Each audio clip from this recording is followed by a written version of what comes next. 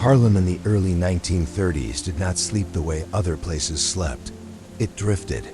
It hummed. It carried music even when the pianos were silent. The sidewalks held stories in their cracks, and every street lamp seemed to know more than it revealed. It was a time of sharp suits and sharper divides, when dignity cost more than money and respect had to be earned twice, once from your own people, and once from a world determined to deny it. Ellsworth. Bumpy Johnson walked those streets like a man who understood both the beauty and the burden of them. He was not loud. He was not theatrical. He did not swagger the way lesser men did, when they wanted to appear powerful. Instead, he moved with the quiet certainty of someone who knew exactly who he was, even when others tried to define him differently. He wore dark wool coats pressed clean, shoes polished, hat tilted just enough to shade observant eyes. And those eyes, sharp, patient, always thinking, missed very little. But on that particular autumn evening, the city did something rare. It looked away. The trouble began in a place called the Magnolia Room, a supper club known for its velvet curtains, brass lamps, and the kind of music that made men forget they were tired. It was also known for something else, the unspoken understanding that Harlem's businesses operated under protection, and that protection required fairness. Not fear, fairness. That distinction mattered. A new face had arrived in the district. Vincent Dutch Schultz, already notorious downtown for his volatile temper and ruthless ambition. He had made a name for himself through intimidation and spectacle, through calculated cruelty disguised as business acumen. He believed power was loud. He believed fear was currency. And he believed Harlem was simply another ledger to be balanced. He was wrong. That night, Dutch entered the Magnolia Room not as a guest, but as an announcement. He was accompanied by men who wore arrogance like cologne, eyes scanning for weakness, hands resting just slightly too close to concealed threats. Music softened when they entered. Conversations shrank to whispers. Behind the bar stood a man named Samuel Carter. Samuel was not a fighter. He was not political. He was a father of three who kept his sleeves rolled neatly and his books balanced honestly. He paid his dues to the neighborhood association and treated everyone who entered his establishment with equal courtesy. His greatest offense, as far as Dutch was concerned, was that he had not asked permission to exist under new management. Dutch approached the bar and ordered bourbon without looking at Samuel.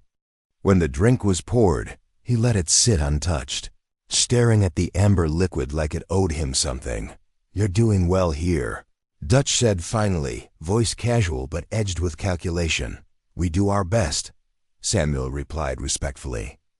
Dutch nodded slowly, then placed a folded paper on the counter. "Starting next week, you'll be doing better. 30% better." Samuel unfolded the paper.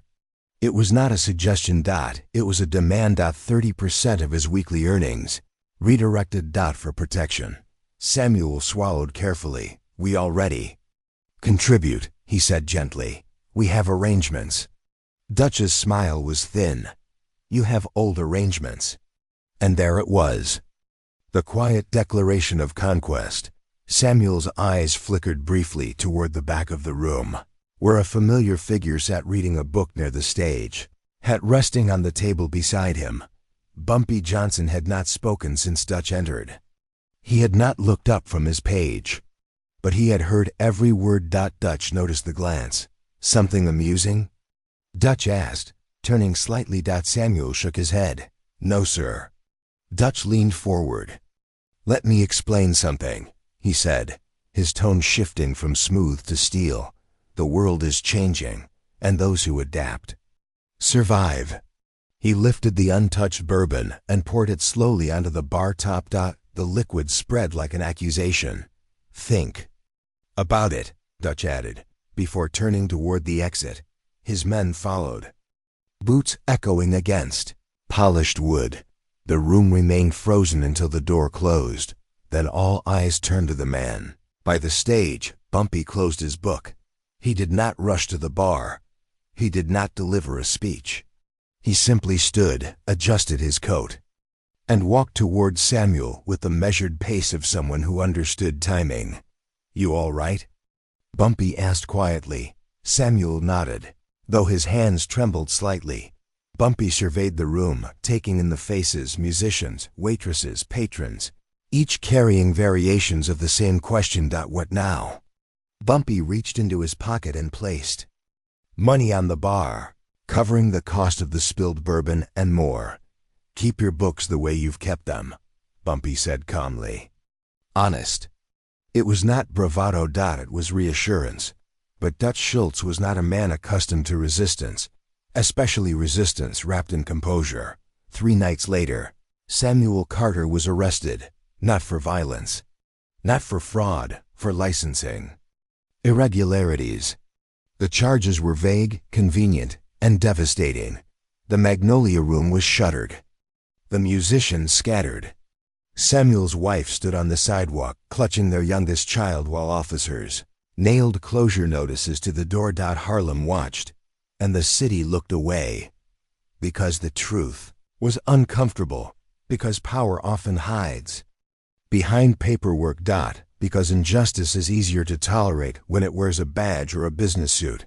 When word reached Bumpy, he did not react with anger. He reacted with precision. He visited the courthouse not with threats, but with records.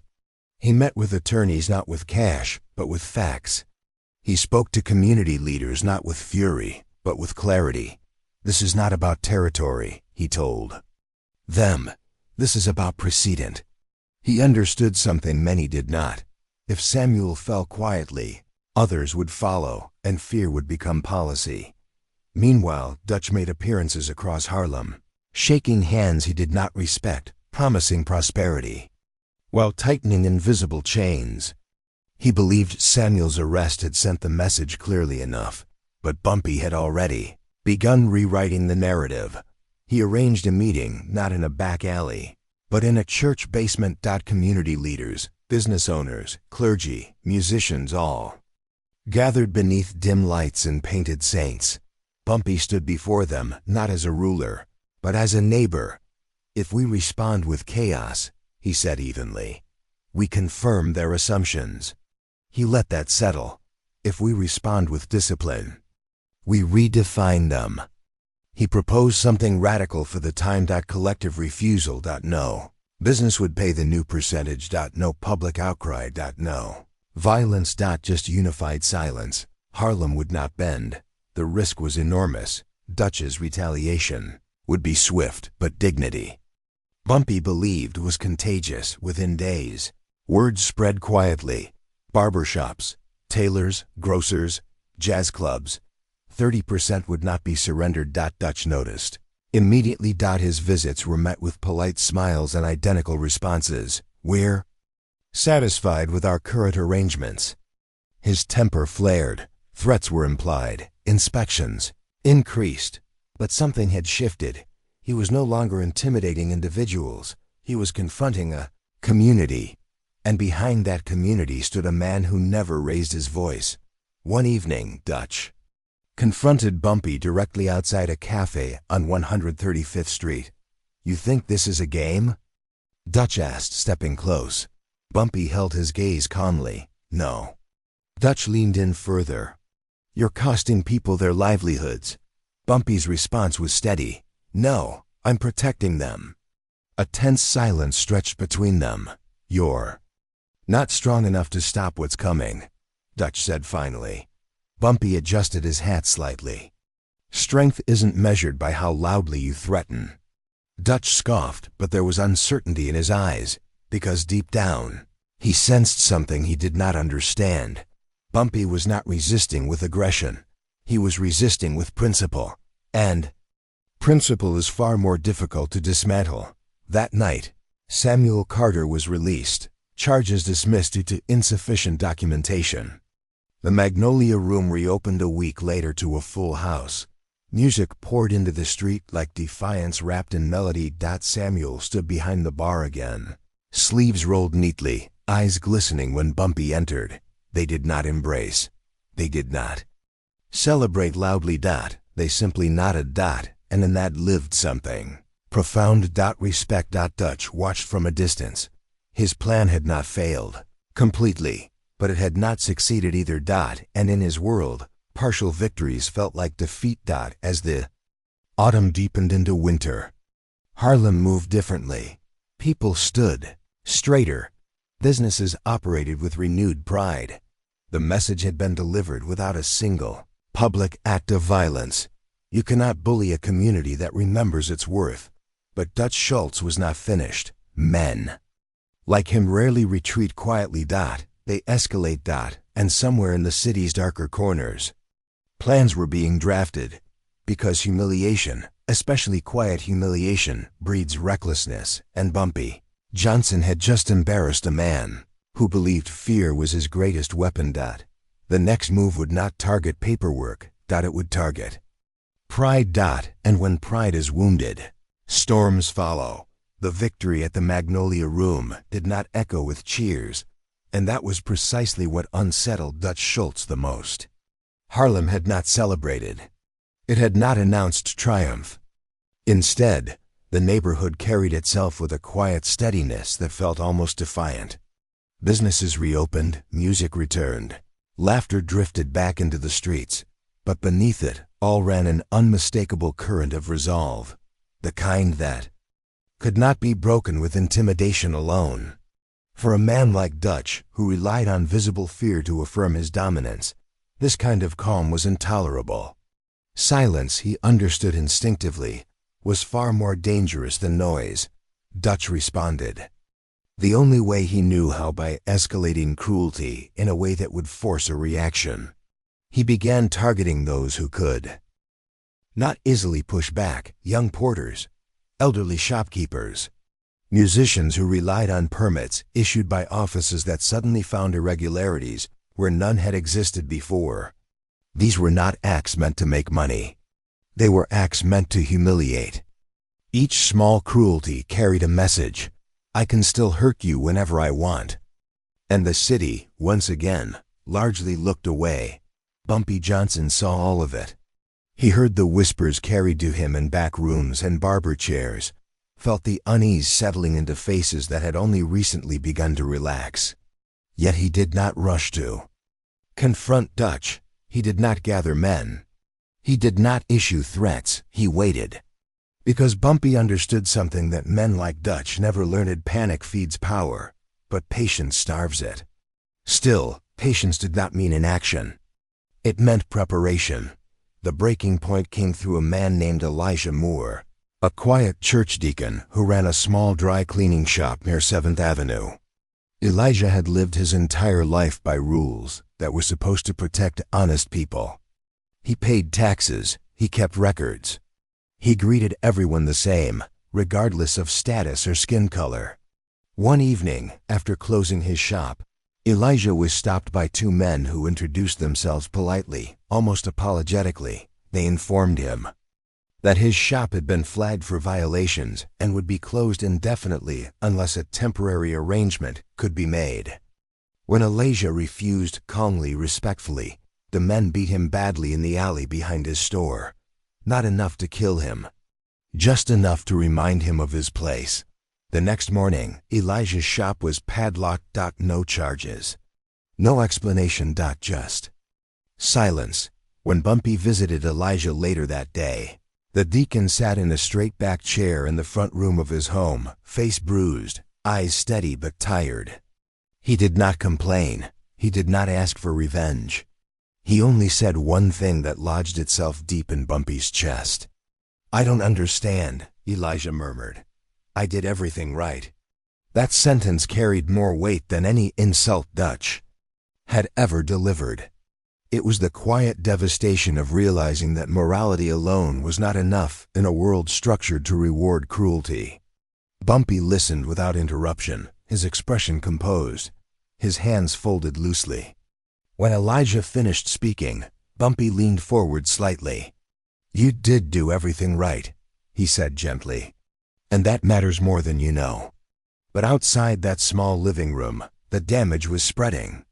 Elijah's beating sent shockwaves through Harlem, not because of its brutality, but because of its symbolism.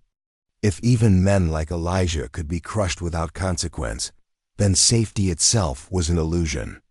Dutch had finally struck where Bumpy could not afford to ignore him, not at power, but at principle. Rumors began circulating that Bumpy had lost control, that his methods were too soft, too measured for the kind of man Dutch was proving himself to be. Younger men whispered about taking matters into their own hands, about answering violence with violence. They came to Bumpy late at night, frustration heavy in their voices, demanding permission to act.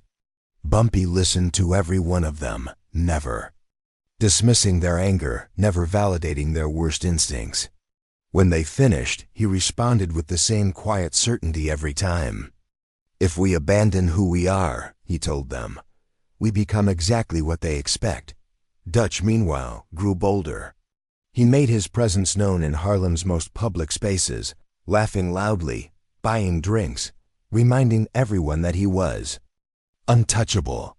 The city's institutions continued to offer him cover licenses delayed, investigations stalled, complaints misplaced. Abuse of power rarely announces itself as abuse. It hides behind process.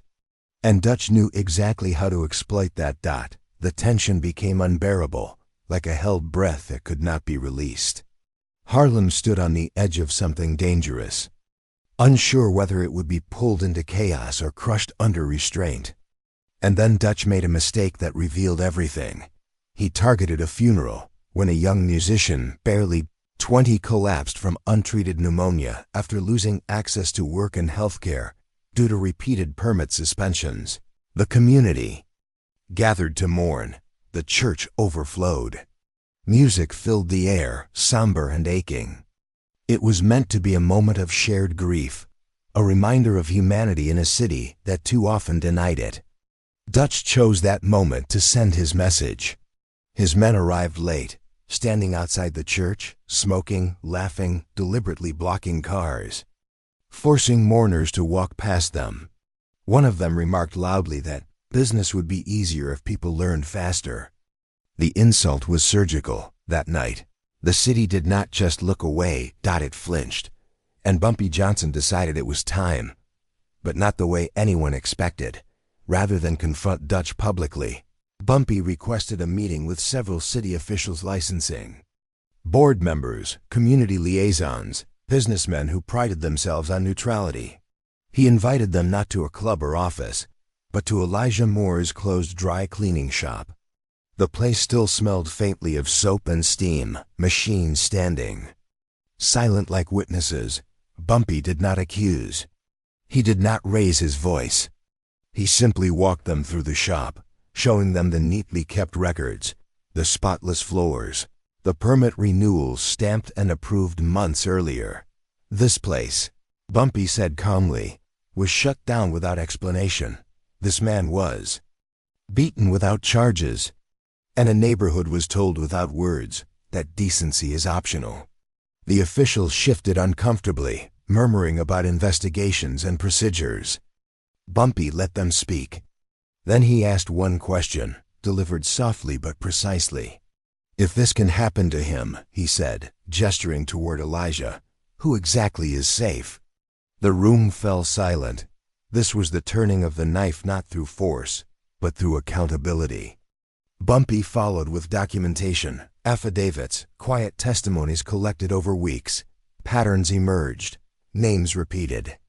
Dutch's influence, once deniable, now sat plainly on the table.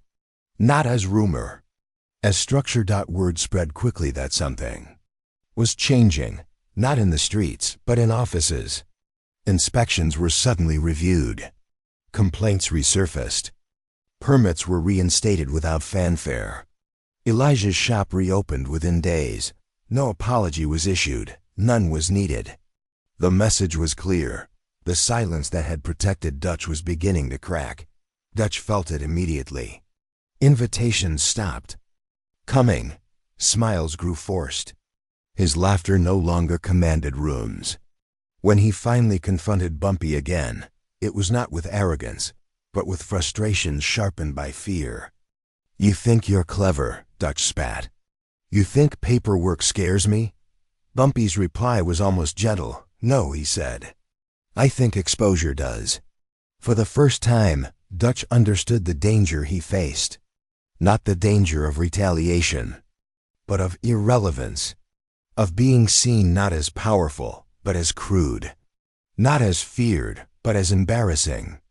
In a city that valued image as much as control, that realization cut deep. The tension did not explode, that it tightened. And in that tightening, Harlem began to breathe differently again, not with relief, but with anticipation. Something was coming. Something decisive. The kind of moment that would define which philosophy would survive, fear or dignity. Bumpy walked the streets that night. Rain beginning to fall softly, coat collar turned up. People nodded as he passed, eyes filled with questions he did not answer aloud. He did not need to. His calm carried its own reassurance. He had chosen his path. And soon, everyone would see where it led.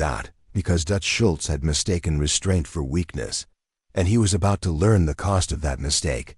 Harlem did not erupt after Elijah's shop reopened. It did something far more unsettling. It waited. The reopening had been quiet, no ribbon cutting, no speeches, no public gratitude. Elijah simply unlocked the door one morning, turned on the lights, and resumed pressing shirts as though the interruption had been a minor inconvenience rather than a brutal warning. That quiet resilience spread faster than celebration ever could. Customers returned not out of charity, but conviction. The message was subtle but unmistakable. Dignity had survived. Dutch Schultz felt the shift before he understood it.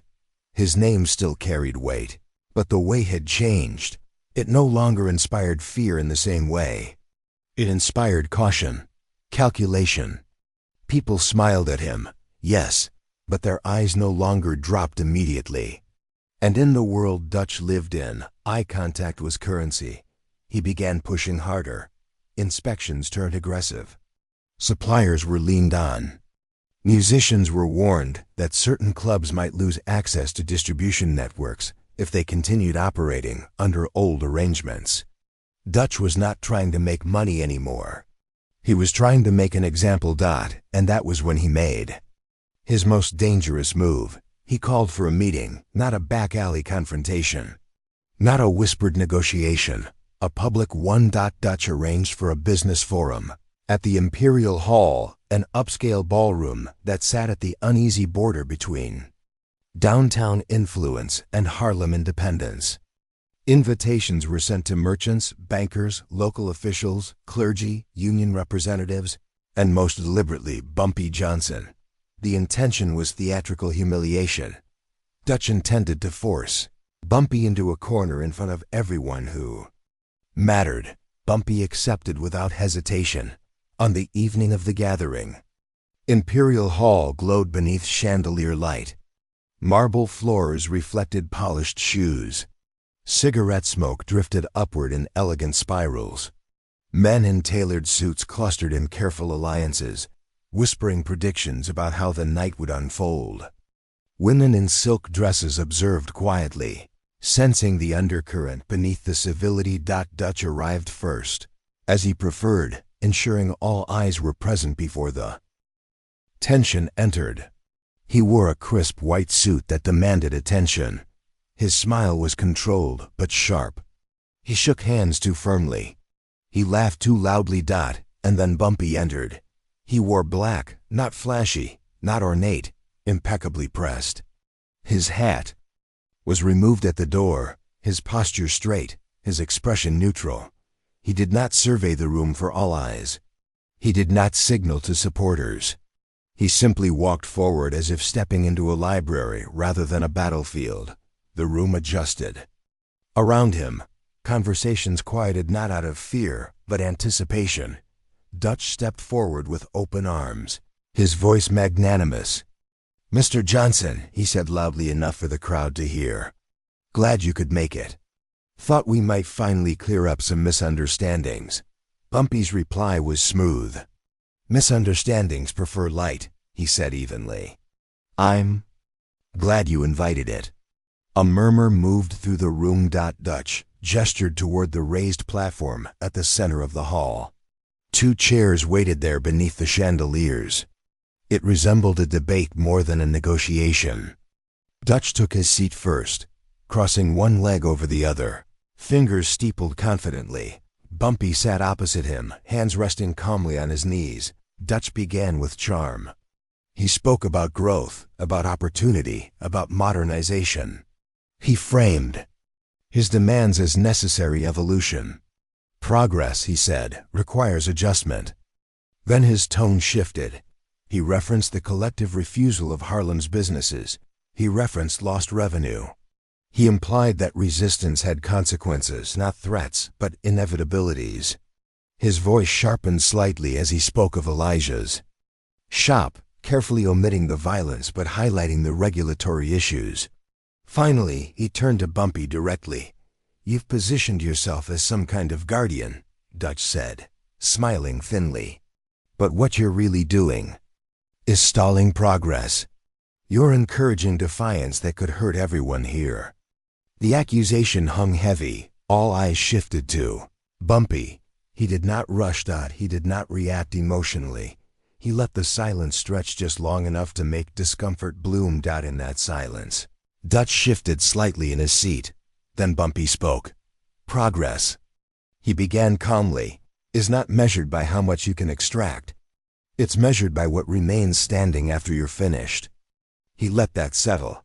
"You speak of modernization, of adjustment, of inevitability. But what you call progress," he said softly, "looks remarkably like pressure applied without consent." Dutch laughed lightly. "Business isn't about consent. It's about leverage." Bumpy tilted his head slightly. "That depends on how long you intend to stay in business." The room tightened. Dutch leaned forward, dropping the pretense. "Let's stop pretending," he said. "You can't protect everyone. You can't be everywhere. Sooner or later, someone folds. When they do, your image cracks." It was a calculated strike, not at Bumpy's power, but at his reputation. Bumpy nodded slowly. "You're right," he said. "I can't be everywhere." Dutch smirked. Then Bumpy continued, "But I don't need to be." He reached into his coat and removed a slim folder. He placed it on the small table between them and opened it carefully. Inside were documents, licensing anomalies, signed affidavits, financial patterns, correspondence linking Dutch's associates to irregular inspections and permit suspensions. Not rumors, not accusations. Structure. Dutch single quotes. Smile faltered slightly. "You rely on fear," Bumpy said evenly. "Fear isolates people, keeps them quiet, makes them think they're alone." He closed the folder gently. "What you didn't account for," he continued, "is what happens when they stop being alone." Several businessmen in the audience shifted visibly. One cleared his throat. Another avoided Dutch's gaze. Bumpy stood slowly, not abruptly, not dramatically. Just enough to change the energy in the room. "I will not compete with you in cruelty," he said calmly. "I will not answer humiliation with humiliation. But I will answer pressure with exposure." He paused, letting the word linger. "You wanted a public conversation," Bumpy added. "Now we're having one." Dutch's face hardened. "You think paperwork scares me?" He snapped. Bumpy met his eyes directly. "No," he said quietly. "But irrelevance should." The word struck harder than any insult. Irrelevance. In Dutch's world, power was perception, reputation, the illusion of inevitability. If businessmen believed Dutch was volatile instead of strategic, if officials believed he brought instability instead of profit, if the room began calculating risk instead of reward, his empire would shrink without a single shot fired. The silence in Imperial Hall became suffocating. No one applauded. No one intervened. They simply watched as the axis of authority shifted, not violently, not loudly, but undeniably. Dutch rose. abruptly, knocking his chair back slightly. His composure cracked, not into rage, but something more dangerous. Doubt. "You're making a mistake," he muttered.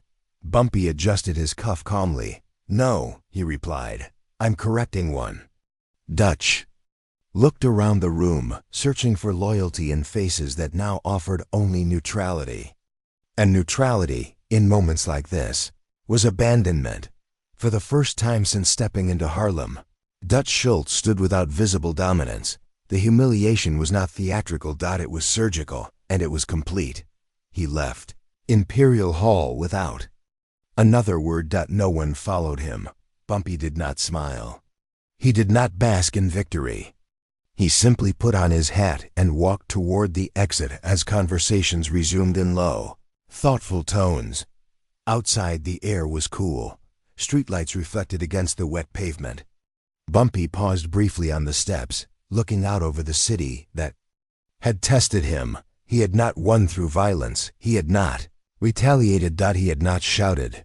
He had simply revealed truth in a room that valued stability more than spectacle. And in doing so, he had done something Dutch never could. He had made power look small. Behind him, inside Imperial Hall, alliances were already adjusting, because fear fades, but respect compounds. And in that quiet night, Harlem understood something deeply. Strength does not roar. It stands. After Imperial Hall, the city did not explode. It recalibrated. Power rarely shifts with sirens. It shifts in rooms where people begin whispering different names. It shifts in phone calls that go unanswered. It shifts when invitations quietly stop arriving. Dutch Schultz felt the recalibration. Immediately. The bankers who once met him with eager handshakes now offered cautious nods. Inspectors who once moved swiftly at his request suddenly cited protocol. Even his own men began watching him differently, not with rebellion, but with calculation. Dutch had built his authority on inevitability. But inevitability had cracked inside Imperial Hall, and cracks spread faster than loyalty. Still, Dutch was not a man accustomed to surrender. He doubled down. He attempted to reassert dominance the only way he understood, by manufacturing a spectacle so large it would drown out doubt. Rumors circulated that he planned to seize several Harlem businesses outright, bypassing negotiations entirely. It was a gamble rooted in ego. If he could create visible submission, the illusion of power might return. But Bumpy Johnson was already moving. Not in anger. In preparation. Instead of mobilizing men, Bumpy mobilized dignity. He called for something unprecedented. A community gathering in the open square near 135th Street. Not a protest. Not a rally. A neighborhood appreciation evening. Music, food, public recognition of small business owners. Invitations were extended not just to Harlem, but to city officials, journalists, church leaders, and union heads. Dutch saw the notices posted and laughed at first. A festival? He scoffed. He thinks this is theater.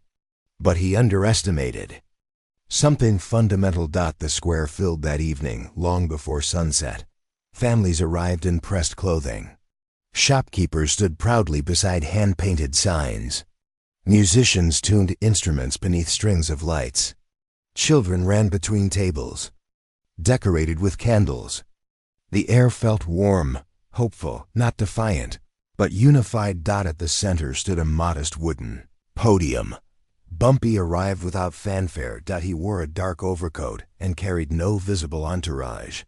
He walked through the crowd slowly, greeting elders by name, stopping to listen when spoken to, offering quiet encouragement where needed.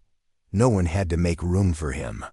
The crowd naturally adjusted. Dutch arrived later. He had not been invited, but he came anyway. His entrance was less confident than usual. The crowd noticed him, but did not react. No gasps, no flinching. Just awareness. That was new. Dutch expected tension. Instead, he encountered something far more disarming: indifference. Bumpy eventually stepped to the podium. The music softened. He did not begin with Dutch. He began with gratitude. He thanked Samuel Carter for reopening the Magnolia Room. He acknowledged Elijah Moore's perseverance. He praised the musicians who had continued to play even when venues closed. He spoke about collective strength, about the quiet power of standing together without surrendering identity. Then he paused. His eyes moved across the crowd, settling briefly on Dutch, who stood near the edge of the square. There are those, Bumpy continued calmly, who believe power is taken. That fear is faster than respect. That intimidation is efficiency. The crowd listened without sound. But power built on fear, he added gently, is fragile. It requires constant reinforcement. It demands more than it gives. And eventually, it collapses under its own weight. Dutch stiffened slightly. Bumpy did not raise his voice. Tonight is not about conflict, he said. It's about clarity. He gestured behind him. A large ledger book was carried forward and placed on the table beside the podium. This book, Bumpy explained, contains pledges, not payments. Commitments from Harlem's businesses to support one another. If one shop faces unjust closure, others contribute. If one family struggles, the community responds. Murmurs of approval rippled through the crowd. We will not answer injustice with chaos, Bumpy said.